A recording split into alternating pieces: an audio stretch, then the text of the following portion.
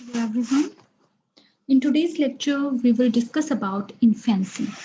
आज के इस लेक्चर में हम इन्फेंसी यानी शैशवावस्था की डेफिनेशन, कैरेक्टरिस्टिक, डेवलपमेंट और प्रॉब्लम्स ऑफ इन्फेंसी के बारे में डिस्कस करेंगे।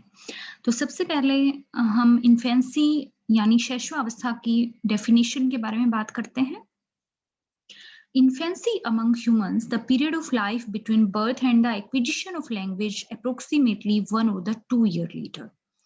यानी कि इन्फेंसी या शैशवा अवस्था मनुष्यों में जन्म और भाषा के सीखने के बीच की अवस्था होती है और यह विकासात्मक अवस्था जन्म से लेकर 2 साल तक मानी जाती है।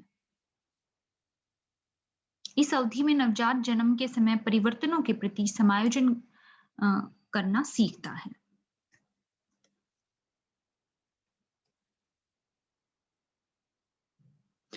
अब हम बात करते हैं कैरेक्टरिस्टिक्स ऑफ इन्फेंसी की, कि इन्फेंसी या शैशवावस्था में किस तरीके की कैरेक्टरिस्टिक देखने को मिलती हैं।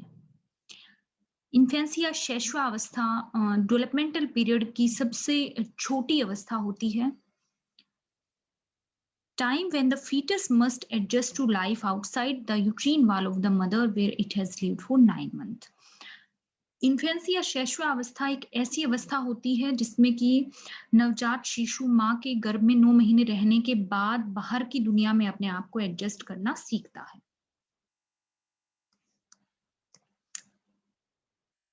इन्फेंसी एक ऐसी अवस्था है जिसमें कि नवजात शिशु माँ के गर्भ से बाहर निकलकर एम्बिलिकल कॉर्ड से अलग होने के बाद अपने आप को नए वातावरण में एडजस्ट करना सीखता है। जब बच्चा जन्म लेते ही वेट लॉस करता है और धीरे-धीरे उस वेट को वापस से शैशवावस्था में नवजात शिशु अपने वेट को दोबारा से गेन कर लेता है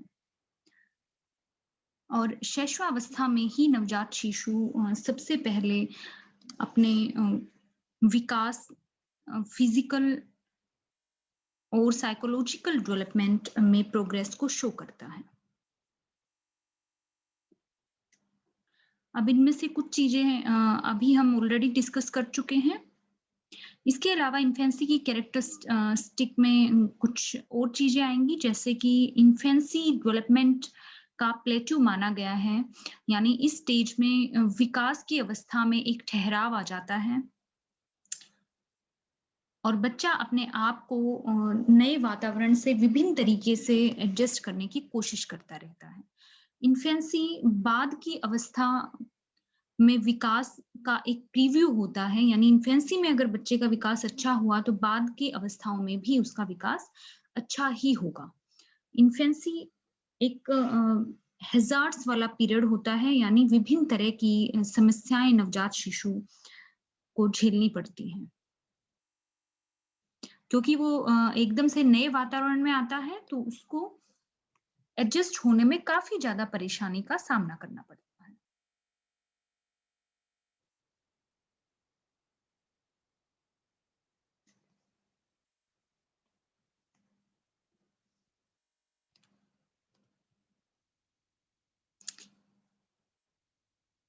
अब हम देखते हैं डेवलपमेंट इन इन्फेंसी, कि इन्फेंट या नवजात शिशुओं का डेवलपमेंट इन्फेंसी और शैशवावस्था में किस तरीके से होता है।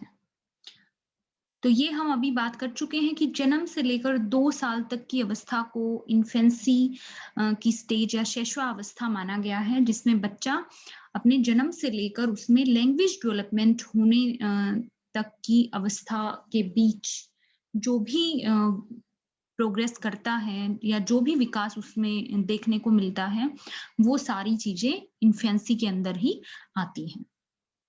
अब मेनली बच्चे में इन्फेंसी में 4 तरह का डेवलपमेंट देखने को मिलता है: cognitive development, language development, physical development और सोशल डेवलपमेंट। तो सबसे पहले हम फिजिकल डेवलपमेंट यानी शारीरिक विकास की बात करते हैं इन्फेंसी में।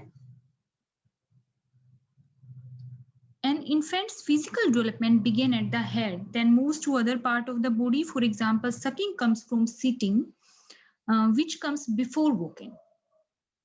यानी एक नवजात शिशु में फिजिकल डेवलपमेंट हेड से स्टार्ट होता है और धीरे-धीरे बॉडी के निचले पार्ट्स की तरफ मूव करता है। इसका एग्जाम्पल है यहाँ पर दिया हुआ है कि जैसे सबसे पहले बच्चा सक करना सीखता है, सकिंग उसमें होती है, उसके बाद वो बैठना सीखता है और सबसे लास्ट में वो चलना सीखता है, यानी पैरों का इस्तेमाल वो सबसे लास्ट में करना सीखता है। तो बच्चे का डेवलपमेंट सिर से पैर की दिशा में होता है। अब यहाँ पर दिया गया है कि बच्चा जन्म से लेकर 2 महीने तक की अवस्था में कौन-कौन से फिजिकल डेवलपमेंट शो करता है। 2 महीने तक की अवस्था में बच्चा थोड़ा-सा मूवमेंट ज़्यादा करने लग जाता है और जब उसको बैक की साइड से लिटाया जाता है, तो वो अपने सिर को घुमा सकता है और अपने सिर को थोड़ा-सा उठाने की कोशिश भी वो कर सकता है। अपने हाथों में मुट्ठियाँ भींच सकता है वो, यानी मुट्ठी बंद करे रखता है और अपने हाथों में काफ़ी ज़्यादा मूवमेंट करता दिखाई देता है। हालाँकि 2 महीने तक की अवस्था में बच्चे की गर्दन उतना ज़्यादा स्ट्रॉन्ग नहीं होती है और उसके सिर को सपोर्ट नहीं कर पाती है गर्दन, तो इसीलिए उसको हमेशा सिर के नीचे हाथ रखे ही बच्चे को उठाया जाता है। बच्चे में प्रिमिटिव रिफ्लेक्सेस देखने को मिलते हैं।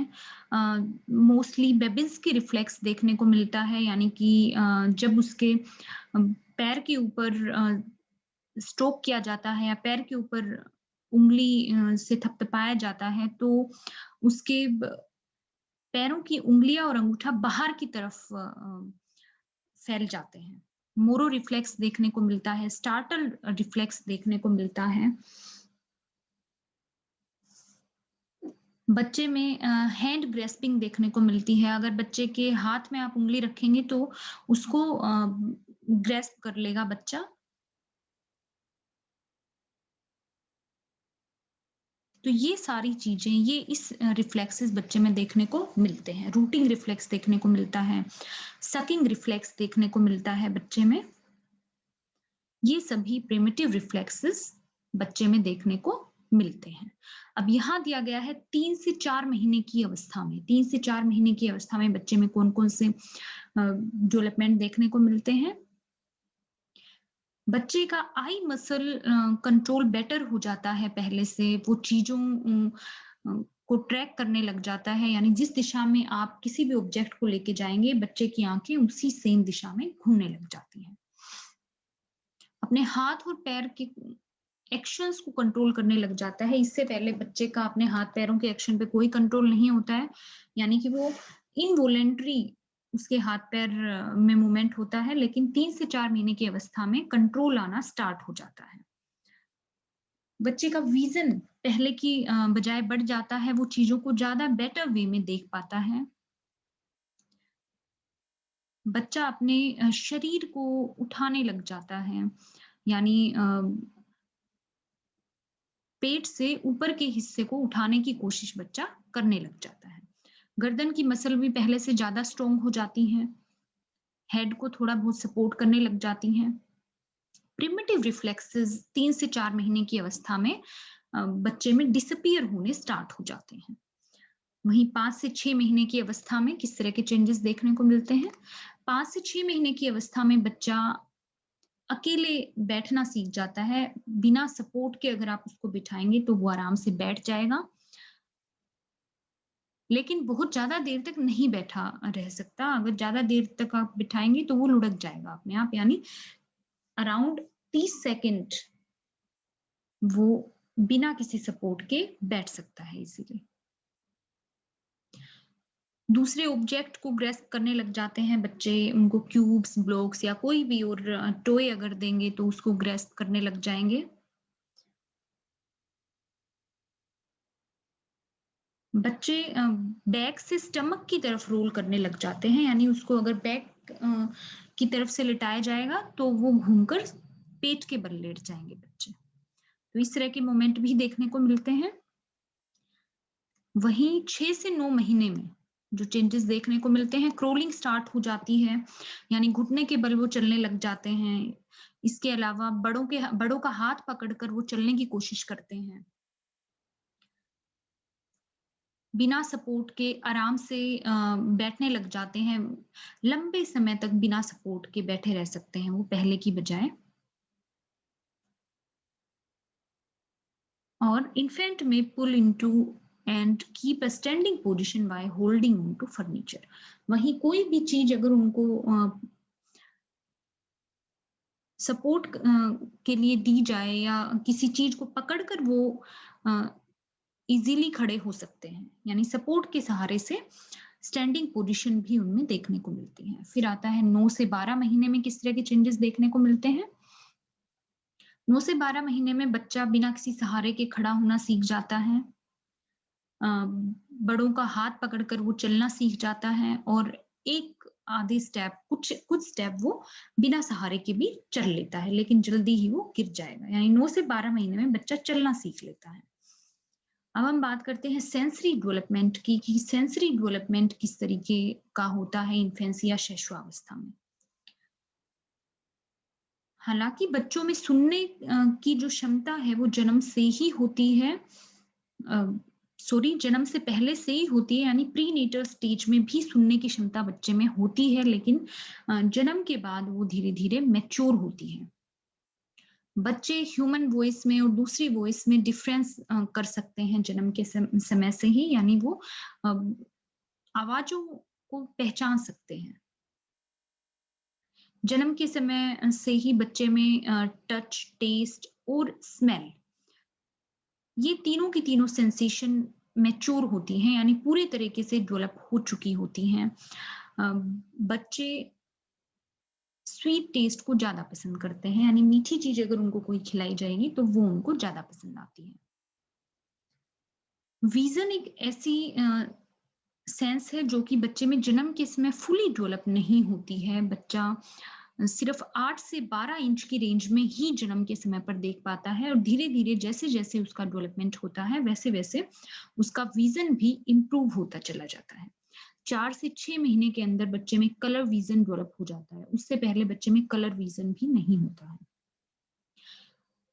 2 महीने की अवस्था से बच्चा चीज़ों को ट्रैक करने लग जाता है। 180 डिग्री तक वो अपने आँखों को घुमाकर चीज़ों के साथ ट्रैक कर सकता है, यानी ऑब्जेक्ट की दिशा में अपनी आँखों को घुमा सकता है। बच्चा फेसेस को प्रेफ़र करता है, यानी फेसेस देखना उसको पसंद होता है। तो ये सेंसरी डेवलपमेंट है। नेक्स्ट है लैंग्वेज डेवलपमेंट। लैंग्वेज डेवलपमेंट में सबसे पहले बच्चा क्राई के माध्यम से कम्युनिकेट करता है। सबसे पहला जो कम्युनिकेशन का मेथड है वो क्राइंग होता है। बच्चे को कुछ भी नीड होती है या अनकंफर्टेबल फील होता है तो वो रो के अपनी नीड को या फिर अपनी जो भी उसको अनकंफर्टेबल चीज़ फील हो रही है उसको मतलब कम्युनिकेट करने की कोशिश करता है। जन्म से जन्म से लेकर अ, तीसरे दिन तक बच्चा अ, मदर सॉरी जन्म के तीसरे दिन तक मदर अपने बच्चे के रोने की आवाज से आइडेंटिफाई करने लग जाती है कि बच्चे को कोई ना कोई जरूरत है या पेन हो रहा है उसको, यानी उसके क्राई में डिफरेंशिएट माँ आसानी से कर पाती है तीसरे चौथे दिन तक। जन्म के पहले महीने में ज्यादातर पेरेंट ये बता पाने में समर्थ होते हैं कि उनका बच्चा भूख के मारे रो रहा है या दर्द के मारे रो रहा है या गुस्से में रो रहा है, यानी कि तीनों तरह की उसकी रोने की जो साउंड होंगी वो अलग-अलग होंगी और मदर या केयर गिवर पहले महीने के अंदर आसानी से उसकी क्राइंग को अलग-अलग तरीके से आइडेंटिफाई कर पाती हैं। पहले 3 महीने में एक हेल्दी बच्चा 1 से 3 घंटे पूरे दिन में रोता पाया जाता है और अगर बच्चा 3 घंटे से ज़्यादा रो रहा है तो उसको कोई ना कोई प्रॉब्लम है। उसकी बॉडी में कोई ना कोई प्रॉब्लम है। 4 महीने की एज तक आते-आते बच्चे में रोने की जो प्रक्रिया होती है वो बंद हो जाती है।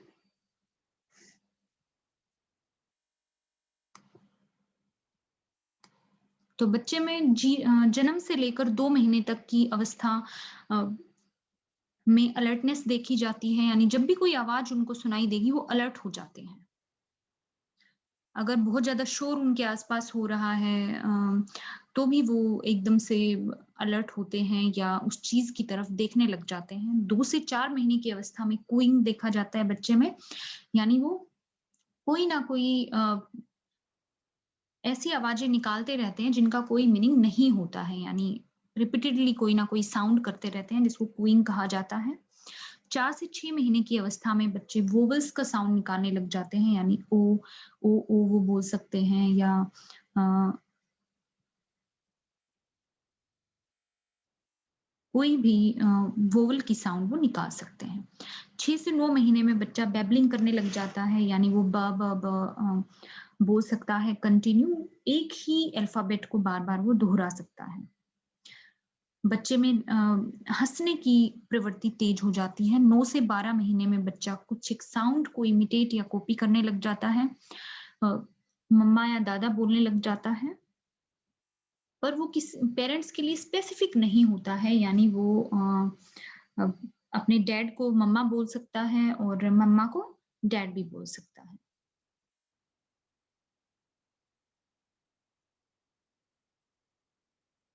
अब बिहेवियर इन्फेंसी में किस तरीके का देखा जाता है? ज़्यादातर बच्चे में एक्टिव क्राइंग देखी जाती है जब भी उसको नीड या कोई अनकंफर्टेबल स्टेट महसूस होती है। बच्चा रोकर अपनी बातें बताता है। एक्टिव स्लीप बच्चे की एक हेल्दी इन्फेंट की स्लीप भी बहुत एक्टिव होती है, यानी बच्चा आराम से सो पाता है। ड्राउज़ी वेकिंग बच्चा जब सोकर उठता है तो एकदम से नहीं एकदम एक्टिवली नहीं उठता है, वो ड्राउज़ीनेस होती है उसकी वेकिंग में।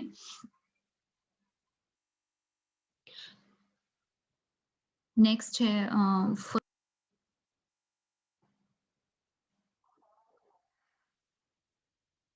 यानी कि नवजात शिशु बिना बात के ही बहुत ज़्यादा ओवर एक्साइटेड दिखाई देता है। काफ़ी ज़्यादा अलर्ट दिखाई देता है और उसकी स्लीप एकदम क्वाइट होती है। बच्चे में हर एक स्टेट में उसकी heart rate, breathing, muscle tone और बॉडी के मूवमेंट अलग-अलग होते हैं, यानी बच्चा जाग रहा होता है, तब उसकी हार्ट रेट, ब्रीदिंग या बॉडी मूवमेंट अलग होते हैं और सोते टाइम एकदम ही शांत होते हैं।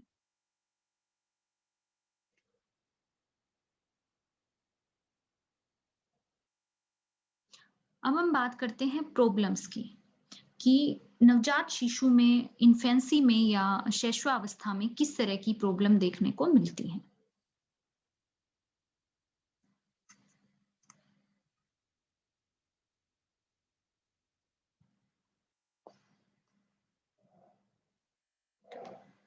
तो सबसे पहली जो प्रॉब्लम बच्चों में देखने को मिलती है, वो हो सकती है रेस्पिरेटरी डिज़ीज़, कि बच्चे में साँस से संबंधित कोई बीमारी देखने को मिल सकती है। बच्चे को साँस लेने में दिक्कत हो सकती है, तो अगर इस तरह की कोई समस्या देखने को मिल रही है, तो डॉक्टर से कंसल्ट करना चाहिए।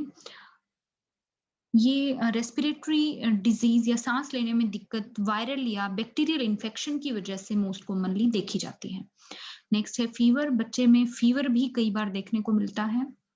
बच्चे में इन्फेक्शन की वजह से क्यों फीवर आ सकता है, क्योंकि एंटीबॉडीज़ बच्चों की उतनी ज़्यादा स्ट्रॉन्ग नहीं होती हैं, तो उनको इन्फेक्शन बहुत जल्दी होने का खतरा रहता है। उसकी वजह से फीवर आ सकता है। अगर हाई फीवर है बच्चे को तो डॉक्टर से कंसल्ट इमीडिएटली करना चाहिए, क्योंकि अगर कंसल्ट नहीं किया जाएगा तो हाई फीवर की वजह से बच्चे को सीज़र या दौरे भी आ सकते हैं। नेक्स्ट है डायरिया। तो बहुत बार इन्फेंसी में, नवजात शिशु में डायरिया भी देखने को मिलता है और उसकी वजह से ड्राई टंग हो जाती है, ड्राई माउथ हो जाता है। यूरिन आउटपुट बहुत ही कम होता है बच्चे में, तो इस तरह की स्थिति हो जाती है और डायरिया होने की वजह से, क्योंकि उनका पाचन तंत्र उतना ज़्यादा स्ट्रॉन्ग नहीं होता है, डाइजेस्टिव सिस्टम स्ट्रॉन्ग नहीं होता है, तो उसकी वजह से कई बार डायरिया की प्रॉब्लम देखने को मिलती है और अगर टाइम पर ट्रीटमेंट ना लिया जाए तो उससे बच्चे में डिहाइड्रेशन हो सकती है और काफ़ी ज़्यादा कॉम्प्लिकेटेड हो सकती है सिचुएशन। नेक्स्ट है जॉन्डिस, यानी जिसको पीलिया नॉर्मल भाषा में बोलते हैं। तो बच्चों में जॉन्डिस भी बहुत देखने को मिलता है, छोटे बच्चों में।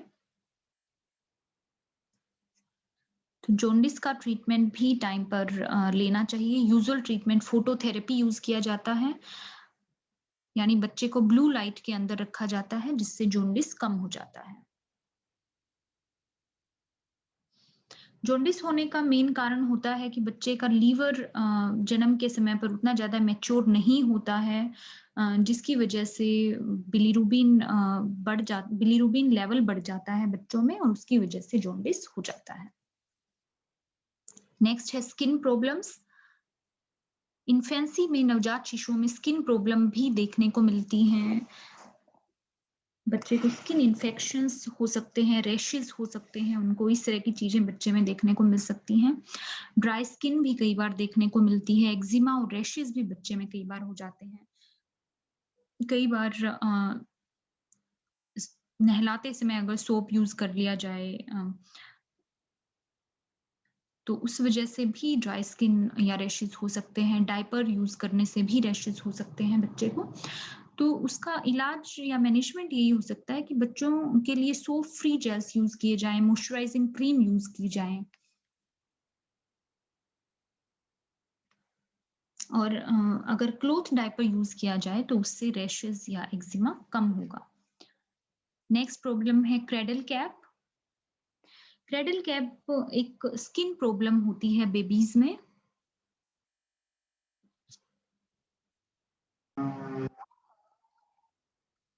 कई बार आपने देखा होगा कि छोटे बेबीज़ की स्कैल्प को अगर हम देखते हैं तो वो व्हाइट दिखाई दे पूरी स्कैल्प उनकी व्हाइट दिखाई देती है या येलो कलर दिखाई देता है जैसे उनके सिर में कुछ जमा हुआ हो। तो उसका रीज़न ये होता है कि बच्चों में एक्सेसिव ऑयल प्रोडक्शन होता है जिसकी वजह से उनमें फंगल इन्फेक्शन होने के चांसेस रहते हैं। तो बच्चे की पूरी स्कैल्प का व्हाइट या येलो होना ही क्रेडल कैप कहलाता है, तो ये कंडीशन भी बच्चों में कई बार देखने को मिलती है। इसके मैनेजमेंट के लिए ये करना चाहिए कि हर 2 दिन में बच्चे के हेयर्स को वॉश ज़रूर करना चाहिए। माइल्ड शैम्पू का यूज़ कर सकते हैं या किसी पीडियाट्रिशियन की हेल्प लेनी चाहिए। इसके अलावा ईयर इन्फेक्शन भी बच्चों में देखने को मिलते हैं। कई बार ईयर में इन्फेक्शन होने के भी चांसेस रहते हैं। ईयर इन्फेक्शन बहुत ही कॉमन पाए जाते हैं इन्फेंट्स में। ईयर में वायरल इन्फेक्शन होने के भी बहुत ज़्यादा चांसेस रहते हैं। कई बार बैक्टीरियल इन्फेक्शन भी हो सकता है, तो इसका भी ध्यान रखना चाहिए। उसकी वजह से ईयर इन्फेक्शन होने की वजह से बच्चा पेन फील कर सकता है, तो इसका भी ट्रीटमेंट समय पर ले लेना चाहिए। अभी कुछ एक और प्रॉब्लम्स की हम बात करेंगे।